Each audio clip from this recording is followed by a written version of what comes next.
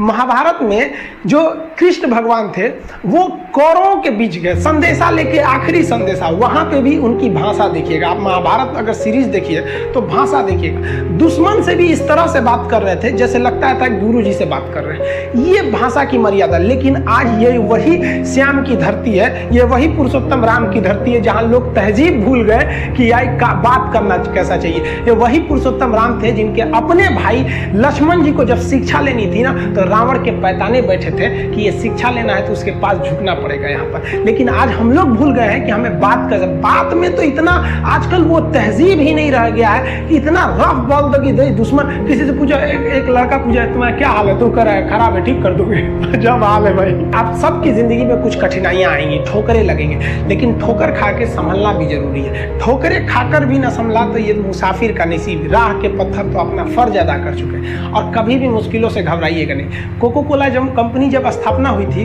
तो एक साल में केवल इसके 25 बोतल बिके थे।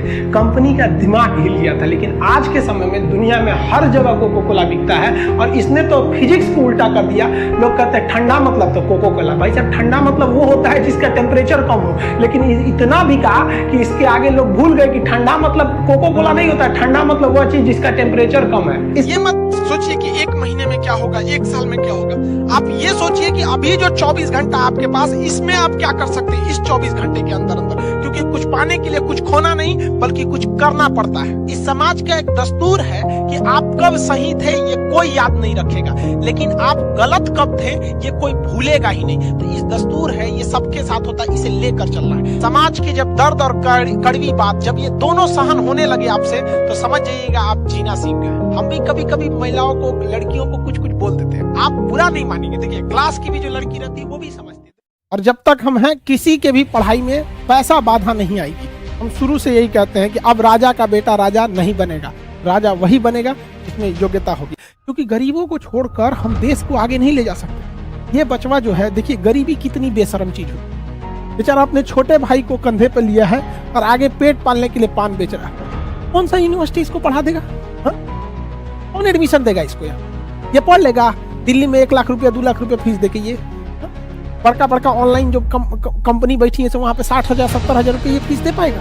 नहीं दे पाएगा। इसके लिए आते हैं खाने। इन लोगों के लिए हम लोग लड़ते हैं क्योंकि ये बच्चे कहीं ना कहीं मारे जाते हैं। भगवान से भी हम क्या कहें, किसी के घर में नोट की पेटी बरसे न बरसे, लेकिन कोई भी इंसान रोटी के लिए न तरसे, इतना भी गरीबी नहीं होना चाहिए। इन सब बच्चों के लिए आदमी पढ़ाता है। देखिए आपको एक तस्वीर दिखा, इस तस्वीर में एक शादी का माहौल है, ये दूल्हा है, इनके ये कोई भी होंगे करीबी बच्चा है। कितना खुश नसीब है। इसके लिए हर यूनिवर्सिटी, हर कॉलेज, हर कोचिंग का दरवाजा है।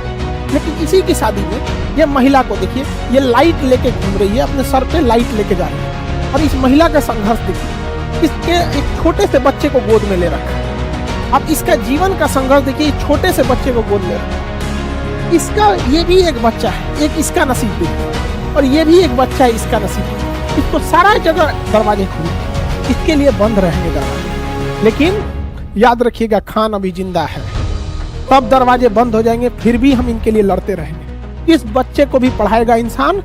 इतनी सस्ता, इस पढ़ाई की इतना सस्ता और इतना क्वालिटी बेहतरीन करेंगे ना कि आने वाले भविष्य में जब ये बच्चा पढ़ेगा और ये बच्चा पढ़ेगा तो सक्सेस के मामले में दोनों बराबर खड़े होंगे। कहीं ना कहीं ये बीट कर जाएगा।